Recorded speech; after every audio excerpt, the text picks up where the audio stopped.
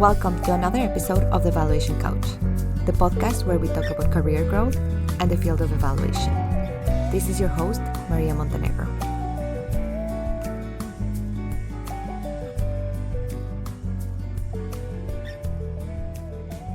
This episode is inspired by a question that I have received many times from people that message me on LinkedIn.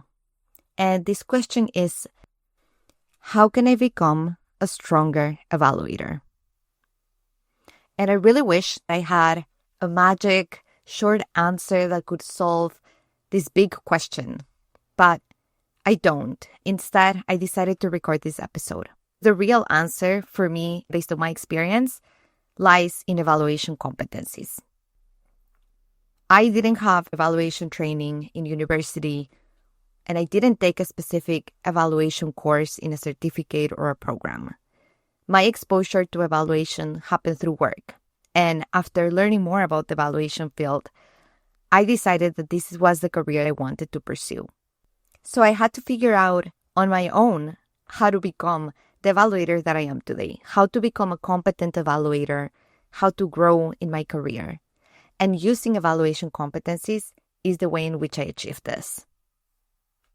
I'm going to start with sharing what evaluation competencies are. Basically, competencies are skills, knowledge, attributes, or behaviors that are needed to fulfill evaluation roles. There are several lists and frameworks of competencies that are specific to evaluation. Some of the times, these are developed by governments. Sometimes they're developed by voluntary organizations of professional evaluation, which are often associated to different regions or countries. And sometimes there are specific networks that have developed these competencies for the use of evaluation in a specific field, such as health. In general, these frameworks describe the skills and knowledge that are required to practice evaluation and to produce high-quality evaluations. But sometimes these frameworks have a bit more of a specific focus. For example, there are frameworks that are focused on being a manager within evaluation. There are frameworks that focus on working within government and doing evaluation. And then another factor to consider is that some frameworks have been developed within a context of a specific region or country.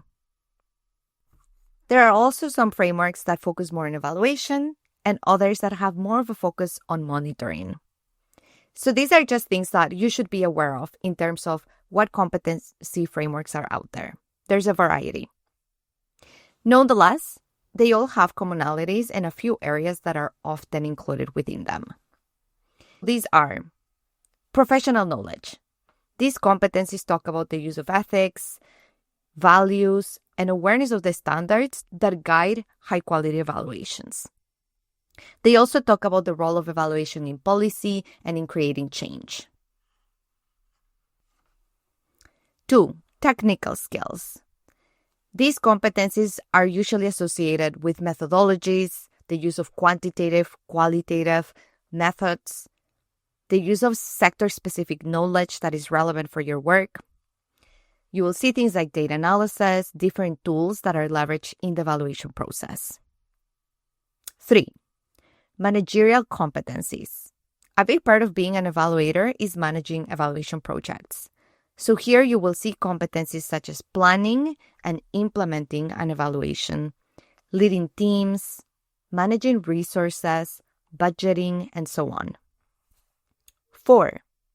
Interpersonal skills. Here you will see competencies such as communication, facilitation, conflict resolution, and skills to foster teamwork. And lastly, contextual knowledge. Here you will see competencies that are related to adapting to the cultural, political, and organizational environments of where your evaluation is taking place. This is also often within evaluation called the evaluland. These competencies include the ability to incorporate different perspectives and take into account the unique dynamics of the context you are doing your evaluation in. You will see these competencies listed and described with different names, but the essence of them is often found across the different frameworks. So at this point, you might be wondering, if there's so many frameworks, which one should you use? How do you not become overwhelmed in the process? My advice on this would be to firstly know that there's many frameworks out there and none of them is the best framework. They generally include the same competencies. If you are one of those people that often has that question of how do I become a stronger evaluator, my advice is that you pick a framework that is general rather than one that focuses on specific roles or sectors within evaluation. A useful tip could be to look into your voluntary organization for professional evaluation and see what competency framework they use or promote. The reason for this is that the framework that they use is going to be adapted to your local context, and it might be the one that people and employers within your context are most familiar with. The key point I want to highlight in this section is that I do not recommend that you get stuck in finding the perfect framework, because that doesn't exist. They all have pros and cons and might have different reasons for being more appropriate for your specific situation. Your energy is going to be better spent in actually using a framework rather than choosing a framework.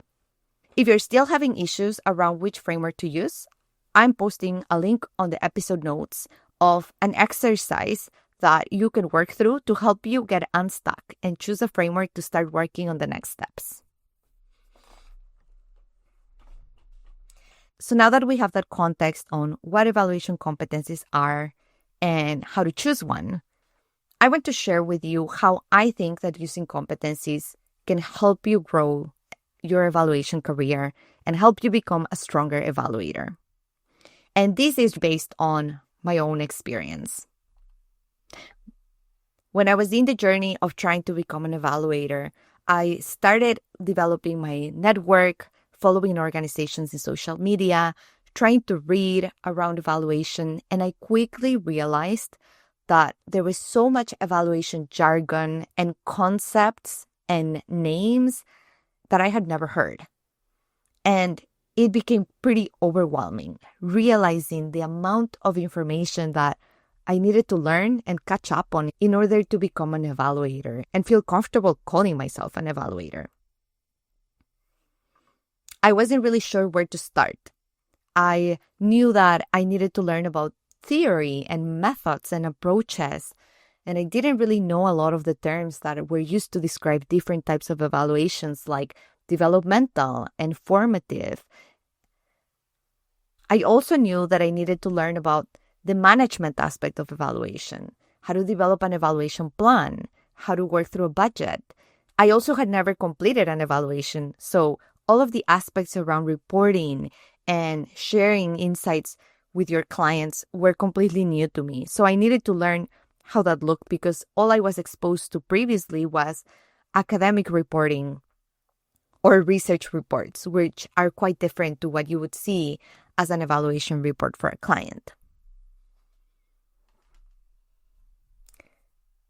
It wasn't until I started leveraging evaluation competencies that I was able to overcome being overwhelmed, and I was able to create a plan to focus on specific competencies that I could start working on one at a time. And what I did with the competencies was I used an evaluation competency framework as a guide of all of the competencies that I needed to develop. And I did a self-assessment. I assessed whether I could write a narrative where I would be showing and explaining my expertise in that competency.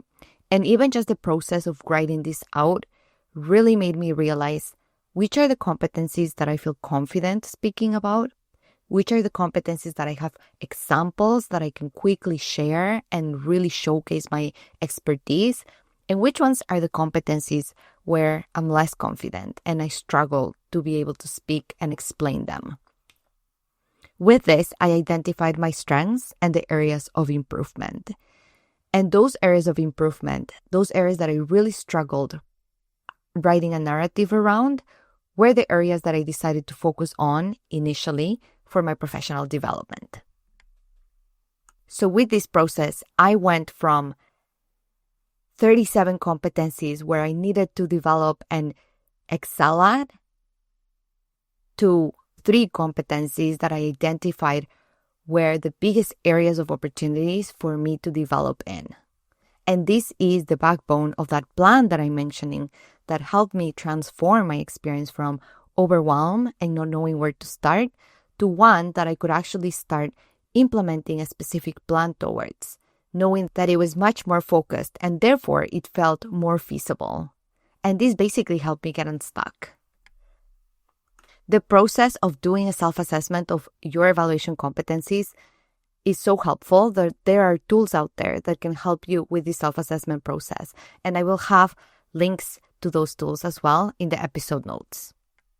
But even if you don't have a tool, you can work with any competency framework you're using and just try to write a narrative, try to write a paragraph for each, try to journal and explain how you have shown or how you have had experience using this competency in your evaluation career, including sharing specific examples of where this has come up for you.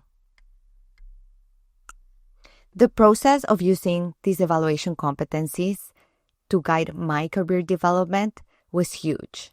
And the best way in which I can think of explaining why competencies can be so useful in our process of becoming evaluators or strengthening our evaluation practice is by talking about cookies. I want you to imagine that you have a work meeting where everyone is asked to bring their own baked cookies. If this is sounding like your dream workplace, you are my type of people. So you have picked your cookie that you're going to bake, and it happens to be my favorite cookie, a matcha green tea cookie with white chocolate chips. You skim through the recipe and decide to go to the grocery store and get the ingredients. You don't have a lot of cookie making experience, but you're hoping for your best. So you get to the grocery store, you go to the flour aisle, and you quickly realize that you didn't know there were so many types of flour. You have all-purpose flour, bread flour, whole wheat flour. There's also almond flour and coconut flour. And you just skim through the recipe. You don't have your phone on you, and you're not really sure which of these flours is going to work for your recipe. So you're kind of overwhelmed. You're alone. You don't really have someone to ask. So you spend a few minutes, read their descriptions, and try to identify the difference between them. Ultimately, you just choose one randomly and move on. But you've spent a few minutes here, and you're starting to be a little bit less excited about this process. You keep going on and you see white chocolate chips and you decide to buy them. You grab that and you're in one of these grocery stores where they're offering samples, and there's this person that is offering you these walnuts that are on sale. So you try them and they're pretty good. They're a good price. And you decide to buy them. Like, why not? You've tried walnuts and cookies, so you just pick them. You can't remember if they were in the recipe, but they're on sale. So you decide to buy them and then move on and get the rest of the ingredients. You realize that the one ingredient that's missing is sugar. You go to someone that works in the grocery store and ask where you can find sugar. They say, well, we have different varieties of sugar and they're all in different aisles. So which one do you need? You're not sure. So you tell them, I'm not sure, I just need sugar for my cookies. And they're not really sure how to help you. So they end up sending you to 3 different aisles where there's 3 different types of sugar that you might be able to use in your recipe. You go to the 3 aisles, you end up buying just regular sugar, and you hope for the best. When you get home with all of your ingredients and ready to bake, you realize that you already had a bag of white chocolate chips in your kitchen. So you didn't really need to buy that. You also don't bake a lot, so now you feel like you wasted money. You also realize that you don't have butter, and that was in the recipe. So you don't have all the ingredients, and you were so focused on finding the right type of flour and the right type of sugar that you just completely forgot about the butter. So you're going to have to go to the grocery store again, which wastes more time. And ultimately, you just end up being a bit frustrated about the process. And you end up deciding to just buy cookies for your work event instead of baking them. Now, I want you to imagine a different scenario. You read the recipe and print it out. You read all the ingredients and you completely understand what is needed. By the way, this recipe, which is the one for my favorite matcha green tea cookies, will be in the episode notes if you want to take a look. You go to the grocery store fully prepared. Before leaving to the grocery store, you also looked at what you had. So you already knew you don't need to buy white chocolate chips for this recipe. You go to the grocery store, you don't get overwhelmed by all the different types of flour. You know you need all-purpose flour. You still can't find the sugar, so you go to someone that works in the grocery store and ask them where you can find granulated sugar and brown sugar. They send you to aisle 3 and aisle 5. You have a nice exchange, and the person seems really happy because they could help you find what you needed. When the person is offering you a walnut, you take it, and it's really good. And even though it's on sale, you know that walnuts don't go well in these matcha green tea cookies, so you don't buy them and you move on. Your bill ends up being way less. You spend half the time in the grocery store. And now you're much happier and ready to bake the most delicious cookies ever. When you use evaluation competencies, your career development is going to sound a lot more like the second scenario rather than the first. If you are like me, you follow a lot of evaluation organizations, evaluators online, you're exposed to so many webinars and events. There's so many resources. There's evaluation journals and there's papers coming out all the time. You're exposed to constant information about everything related to evaluation. And our profession is quite complex. We need so many different competencies that all of the content is spread across these different topics. When you're working with evaluation competencies and you've done the work of assessing what competencies you have and are strong, and which you need to strengthen, you can transform the way you interact with all of these different resources, training opportunities, papers, reports, and posts on LinkedIn to one where you are filtering what and drawing your limited attention to the content that is going to help you strengthen the competencies that you need. The reality is we have limited time and limited cognitive ability of absorbing everything we're exposed to. So the process of knowing what competencies you need to focus on in the short term is going to help you identify where to spend your time and attention among all of those different options that you have available for you. The second way in which using competencies is going to help your career is by helping you focus. In the same way that when you're in the grocery store and they offer you something on sale that you don't really need, you're going to be exposed to many cool and attractive opportunities in your career. There's always going to be a training that sounds interesting, a new publication that is getting a lot of attention online, a conference that has a lot of sessions on AI. The challenge is, again, that we have limited attention, resources, and time. When you work with competencies and know the competencies you have to strengthen, you can use that to focus and limit the distractions that you are going to experience. Now, this doesn't mean you should never follow your curiosity and continue learning and being exposed to the trends and how the field is changing. There's always going to be room for that. However, you need to balance that with focusing on the areas you need to strengthen to increase your foundational evaluation competencies. And the third way in which competencies are going to help your career is by making it easier for you to find the next steps and seek help. When people ask me, how can I grow my evaluation career?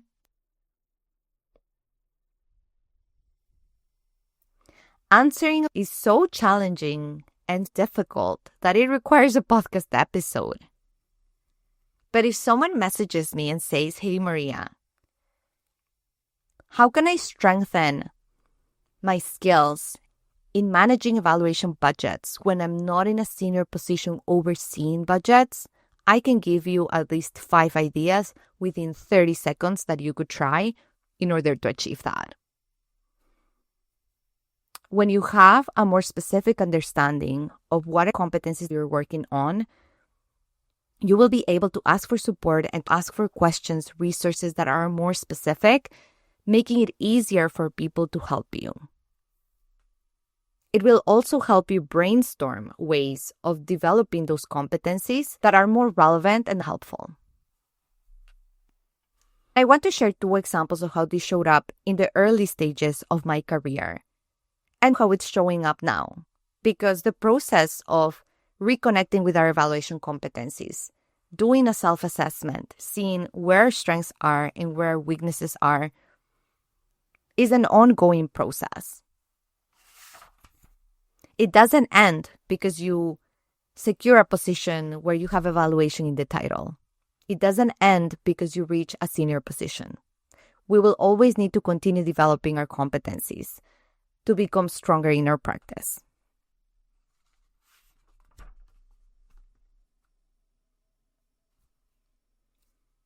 I never took a university course on evaluation, and when I started my evaluation journey, I didn't take theory or methods courses in evaluation. So this was a whole world that I needed to learn.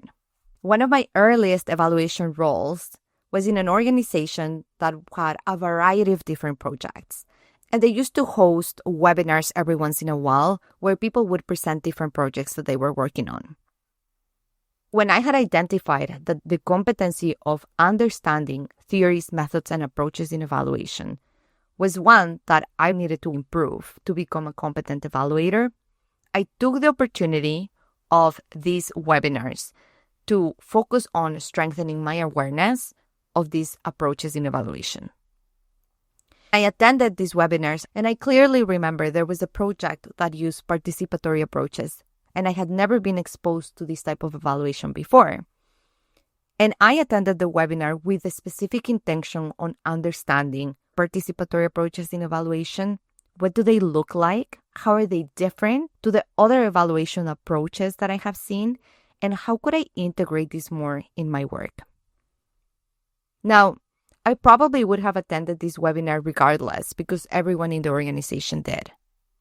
But the intentionality around using that experience to strengthen my competency made my learning more effective.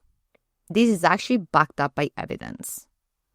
There's research on intentional learning that suggests that when we have a specific objective, when we're engaging in a learning activity, then we are more likely to engage in active processing. And this helps enhance our retention and understanding of the content. This is also supported by cognitive load theory, which states that we have limited cognitive resources. When we're exposed to excessive information, the amount of load can impede your learning. So if you have a clear intention, it helps your brain allocate your cognitive resources more efficiently, reducing the cognitive load and enhancing your learning and your ability to achieve that specific learning goal. And this is something that you can apply to any learning activity, whether it is attending a conference, engaging in a webinar, reading a paper, reading a book.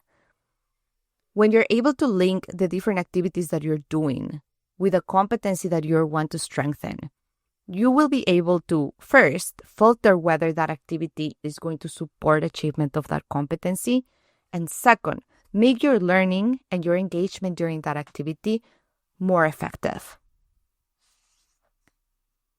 When I was starting my evaluation journey, I was also in an entry-level position in evaluation. I had never had exposure to managing budgets, and this is an evaluation competency in the framework that I was using to guide my career development. So I knew that I needed to develop this competency, but I also recognized that in my current role, I wasn't given that opportunity just because of how the responsibilities of my role were assigned at work. So by knowing the specific competency that I had to improve, which was budgeting, I was able to brainstorm ways in which I could strengthen this skill. I could be mentored and work with someone that has more seniority in my organization to learn about their budgeting process. I could also support developing proposals, because when you are applying for a contract or a request for proposals, you often have to develop a budget. I identified that I could take a course specifically focused on developing budgets. In my situation, I asked for support in my organization to develop this competency. And eventually, I did have the opportunity of developing proposals and working with someone more experienced on the process of developing a budget, coming up with all of the budget items, understanding how different items are costed, and learning how they would approach the allocation of different budget resources across the stages of the project. Ultimately, these examples were ways in which I started being able to talk about these competencies when I was sharing, for different purposes, my level of expertise within these competencies. So while I was focusing on these two specific competencies, I was still being exposed to a lot of other things as I was navigating the evaluation world, which was pretty new to me. As I was growing my network on social media, as I was attending evaluation conferences and being exposed to a lot more topics, seeing interesting trainings on data visualization and specific methodologies. But how this focus helped me was in helping me choose which opportunities to engage, given my limited resources. And it also helped me have intentionality around how I was approaching the different learning experiences.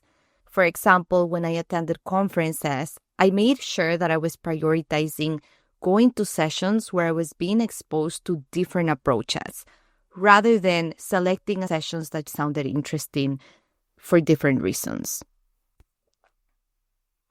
Over time, you start developing certain competencies by using this approach, and then focusing on others that you haven't yet given as much attention.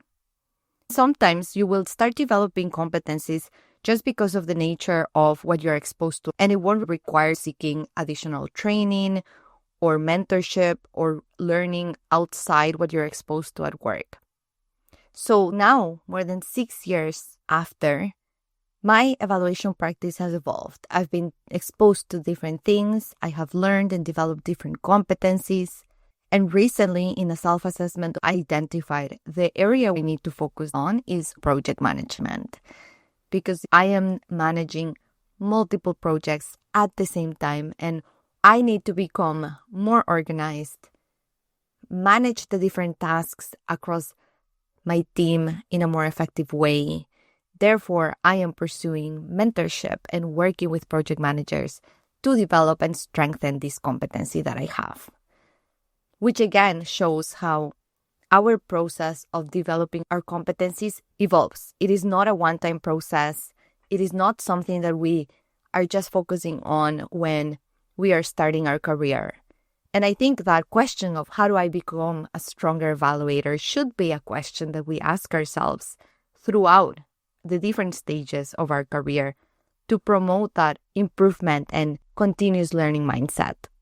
Before I wrap up this episode, I want to recognize that competency frameworks are long. They often have many different types of competencies across these domains. They might have 30 or more competencies and skills that one needs to develop to be a competent evaluator. And I think the process of seeing a competency framework for the first time can be overwhelming. One thing that I hope you keep in mind if you are experiencing this is that when you think about cookies, and I'm going to go back there, My matcha green tea cookies are my favorite cookies. They are the best in my criteria and for me. But when you look at other criteria, they're not going to score very highly. If you have an inclusivity criteria, they're not going to do great because people that have allergies to dairy and gluten are not going to be able to eat them. If you also have a healthy criteria, they're not going to do great because they are pretty high on caloric intake. Our evaluation competencies are the same way. Your level of expertise across the different competencies are going to be unique to you, to your interests, to what you're exposed to at work as well. And it simply is not feasible for there to be an evaluator who is an expert across all of the competencies in these frameworks. And if you have certain evaluators that you really admire and you look up to, I challenge you to recognize that they might be very strong in certain competencies, but not so strong in others. And for those other competencies, they rely on people they work with, teammates, or even technology to address and complement those areas that are not necessarily their expertise. And that is completely okay. When you work through your competencies, keep this in mind. A realistic goal is not to become a 5 stars out of 5 stars across all of the competencies. Just as an example, the Canadian Evaluation Society uses their competency framework in their process of credentialed evaluator designation. And what they use in their credentialed evaluator designation requirements is showing that you have education or training or experience in 70% of the competencies across each of their 5 domains. So again, not all their competencies, not 100%, but 70%. This is reflective of recognizing that the competencies are so broad and diverse that the goal is not to become an expert across all of the competencies. So to sum up this episode, evaluation competencies describe the skills, the attributes, and the behaviors that we need for evaluation-related roles. And there are several competency frameworks out there. You can choose one that aligns you with your region and then use it to do a self-assessment, identify where your strengths are, where your areas of improvement are. And this will guide you and help you to feel less overwhelmed by the amount of information you're exposed to in terms of what you have to learn about evaluation. It will help you focus on which opportunities to pursue in order to become a stronger evaluator. And it will help you seek guidance and resources to achieve your goals. And of course, I recognize that your learning about evaluation competencies is not going to stop with this episode. So I have added a few useful links in the episode notes that you can check out to continue learning more and actually applying the content and my tips in this episode.